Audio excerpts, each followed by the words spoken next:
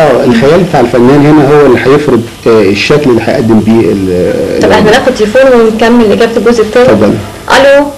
الو. ايوه مساء الخير. مساء النور. انا طبعا بهنيكم على البرنامج الجميل اللي انتم بتعملوه اللي بيسعدنا كل اسبوع. ربنا يخليك، ده من وطبعا بهنيكم طبعا.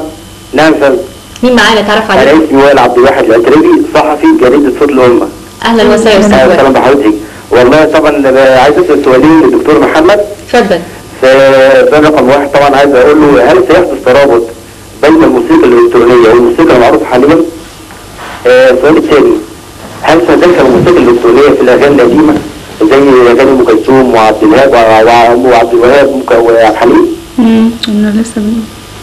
ايوه، ما هو يمكن لسه تجربه حضرتك تجربه مع رساله ان انا ممكن ان انا اعيد توزيع الاغاني القديمه، بس لازم ده يؤخذ بحساسيه شديده جدا، لان طبعا الاغنيه التراثيه لازم اخدها بحساسيه شديده جدا وفهم جيد جدا لمواصفات الاغنيه دي عشان ما يحصلش التشويه بقى او التخريب، لان هو خط رفيع جدا. عشان كمان خط رفيع جدا ونحافظ على التطوير والتجريب او التشويه. فلازم برضو حاجه اقول الفنان لما يبقى واعي جدا جدا ودارس كويس جدا وعنده الموهبه الكافيه في استلقاط التراث ده دون واستنباطه بشكل جديد هيبقى ناجح. لو حصل هزه هتبقى فاشله، هتضيع كمان وهتسيء طبعا. طب عايزه اقول لحضرتك حاجه، المشاهد اللي قبلنا اللي هو في الاوبرا قال هل ممكن حضرتك تقدم يعني ميلودي كامل بالتوزيع لا منفصل بالموسيقى الالكترونيه الاغنيه؟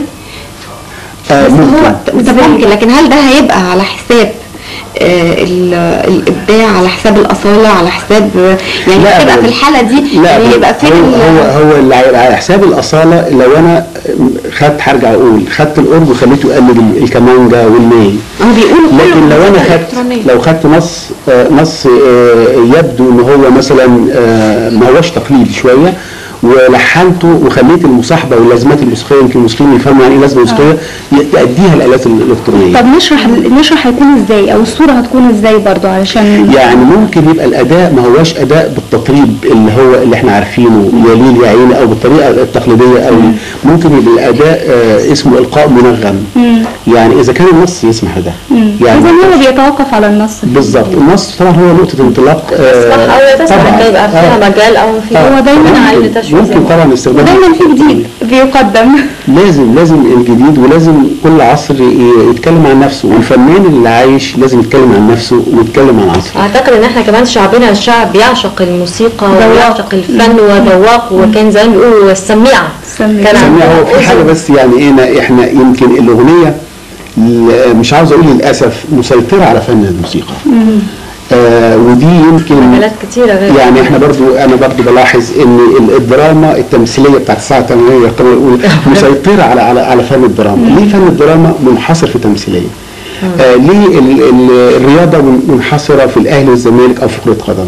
فنرجع نقول الموسيقى عندنا منحصره في الاغنيه، في الاغنيه اللي بالشكل ده. بس اعتقد فالمفروض فن الموسيقى شويه يعني اصبح دلوقتي عندنا برنامج متخصص في اصبح عندنا على الهواء اصبح في فنون اخرى على الرياضه. لا في طبعا كتير جدا اهتمام بالموسيقى. اصل كمان اهتمام بالموسيقى البحته يعني بتثير الخيال ويعني تثير حتى الاطفال اللي بيتعلموا الموسيقى. حتى من الموسيقى غذاء الروح يا دكتور. بالظبط، الموسيقى غذاء الروح مهمه جدا. موضوع الاطفال اعتقد المدارس عندها تهتم والانشطه بالتحديد بمجموعه الموسيقى والفرق الموسيقيه خاصه. احنا سعدنا جدا بلقاء حضرتك النهارده، واعتقد ان كل الساده المشاهدين دلوقتي يعني ياخدوا فكره عن الموسيقى الالكترونيه وهيتابعوها ان شاء الله في الفترات القادمه.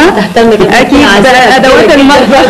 فبشكر حضرتك جدا، نشكر وجودك معانا النهارده في ويك اند، نشكر كل مشاهدينا اللي تابعونا النهارده من خلال حلقتنا، وان شاء الله نتقابل معاهم الخميس القادم ان شاء الله. شكرا.